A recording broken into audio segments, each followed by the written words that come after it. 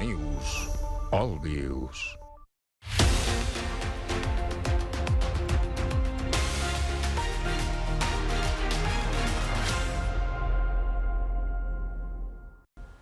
Saludos desde Euronews.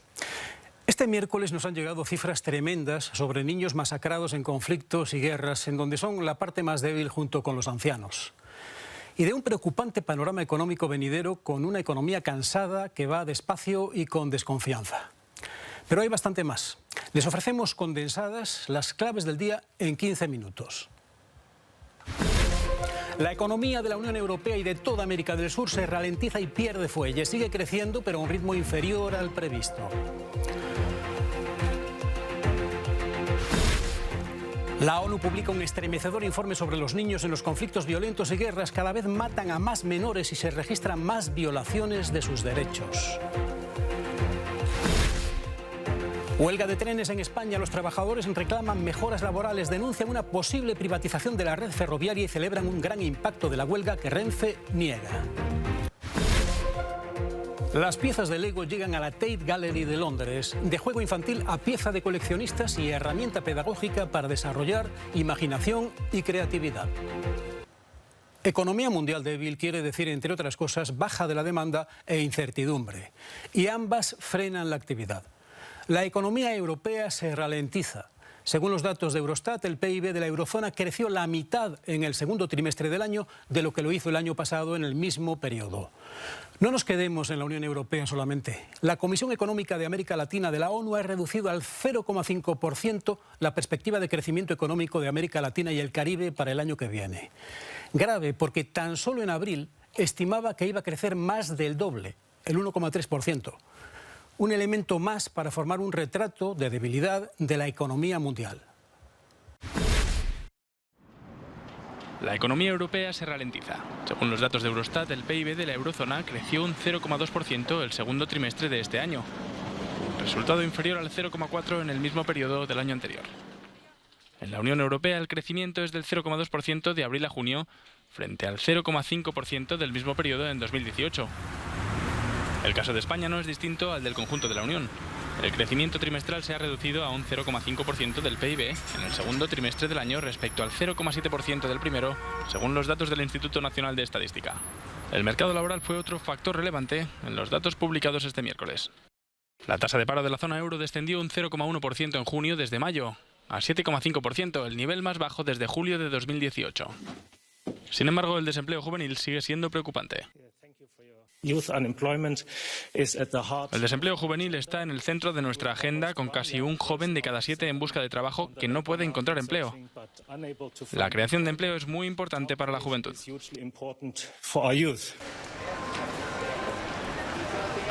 A pesar de que el desempleo en la zona euro alcanzó su nivel más bajo en 11 años, el crecimiento de los precios al consumo se desaceleró y la inflación interanual en julio fue de 1,1% frente al 1,3% de junio. Esto significa que la inflación de la eurozona estaba en su punto más bajo en 17 meses y lejos del objetivo del Banco Central Europeo de cerrar cerca del 2%. Se espera que el BCE anuncie un paquete de medidas incluyendo recortes de tipos y posiblemente compras adicionales de bonos de la zona euro.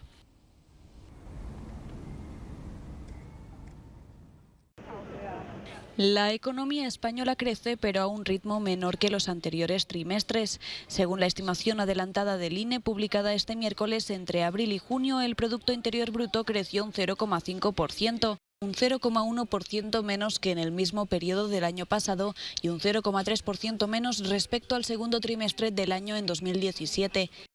Pese a esta desaceleración, España sigue aguantando en medio de la ralentización europea y presenta uno de los mayores índices de crecimiento entre los países de la Unión. Francia, por ejemplo, solo avanza un 0,2% en el mismo periodo. Los expertos coinciden en que este frenazo ya se preveía.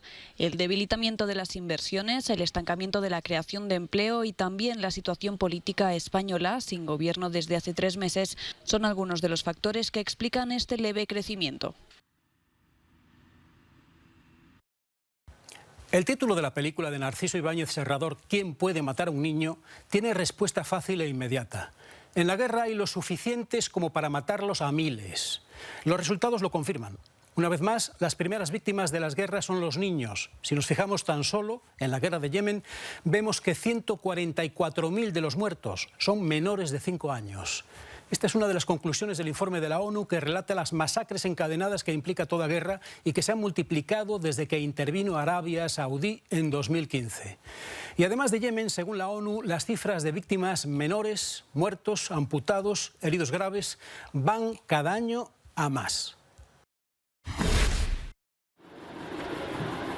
Los niños, ajenos a las guerras, son sin embargo sus primeras víctimas. Las cifras son estremecedoras. En 2018 más de 12.000 niños y niñas murieron o resultaron amputados en conflictos armados, el número más alto en casi 2 décadas. También se registran cada vez más violaciones graves de sus derechos. En un informe descorazonador, la ONU da cuenta de 24.000 casos el año pasado. Niños reclutados, secuestrados, sin acceso a la educación o a la ayuda humanitaria. Cifras que, como reconoce la ONU, podrían ser solo la punta del iceberg. El drama de los niños soldados, especialmente grave en Nigeria y Somalia. En este último país, Al-Shabaab reclutó el año pasado cerca de 2.000 pequeños, algunos con solo 8 años de edad.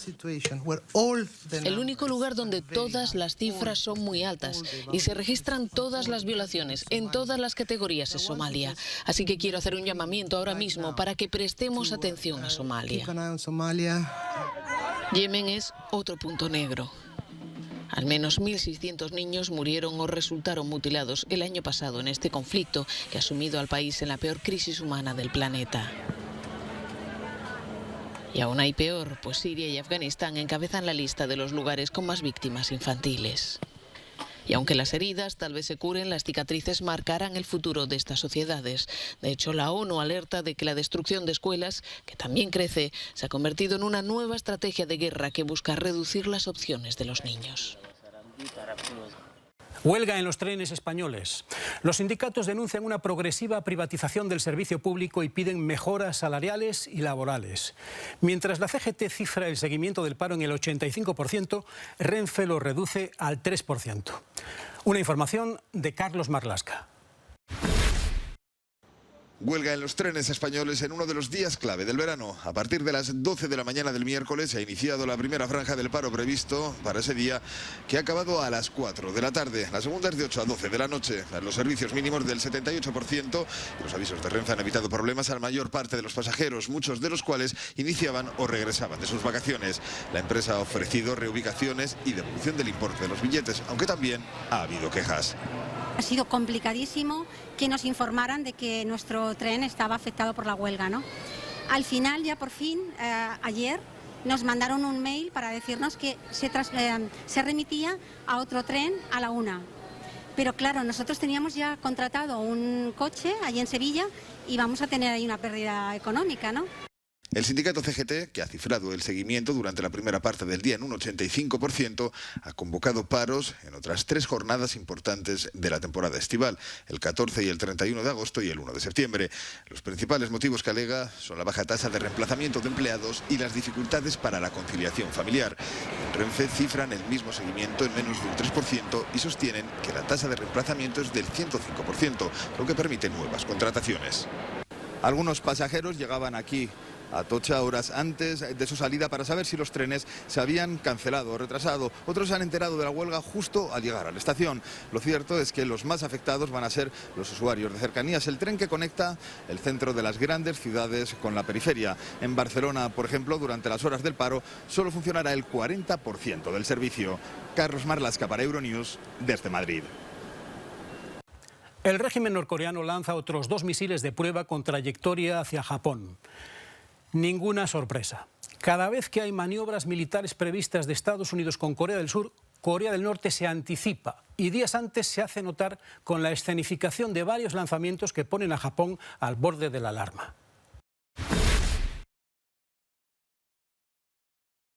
Corea del Norte realiza su segunda prueba balística en una semana. 2 misiles de corto alcance lanzados este miércoles desde la costa de Wonsan a las 5 y 5 y media de la madrugada, hora local, cayeron en el mar de Japón, a unos 250 kilómetros del lugar del lanzamiento. Tanto Estados Unidos como Corea del Sur consideran que se puede tratar de los mismos proyectiles lanzados hace 6 días. Por su parte, el primer ministro de Japón, Shinzo Abe, tranquilizaba a su país. Podemos confirmar que estos lanzamientos no representan una amenaza inmediata para la seguridad de Japón. Trabajaremos en ello estrechamente con los Estados Unidos y otras naciones.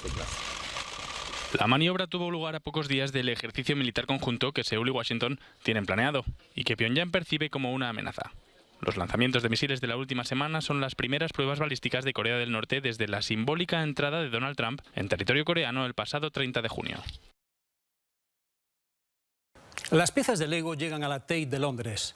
La pesadilla de padres que ven cómo las piezas de construcción invaden el suelo de toda la casa es revisada ahora con la nostalgia como herramienta de fomento de la creatividad y la imaginación.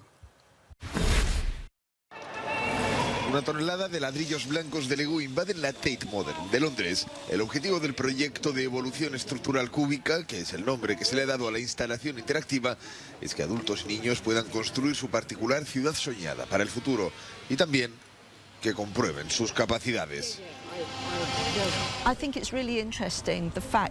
Creo que es muy interesante el hecho de que no hay que ir a la escuela de arte para ser un artista. Siempre digo que si puedes limpiar el polvo, puedes dibujar. Solo es hacer marcas. Y aquí, si coges los ladrillos de Lego y los unes, lo haces en 3 dimensiones. Puede ser un edificio, puede ser una escultura, puede ser lo que yo quiera que sea o lo que tú quieras que sea. Se trata de una idea con la que se busca subrayar la imaginación individual y el poder de las comunidades. El Museo de la capital británica está aumentando su compromiso con el medio ambiente y albergando encuentros entre artistas y activistas.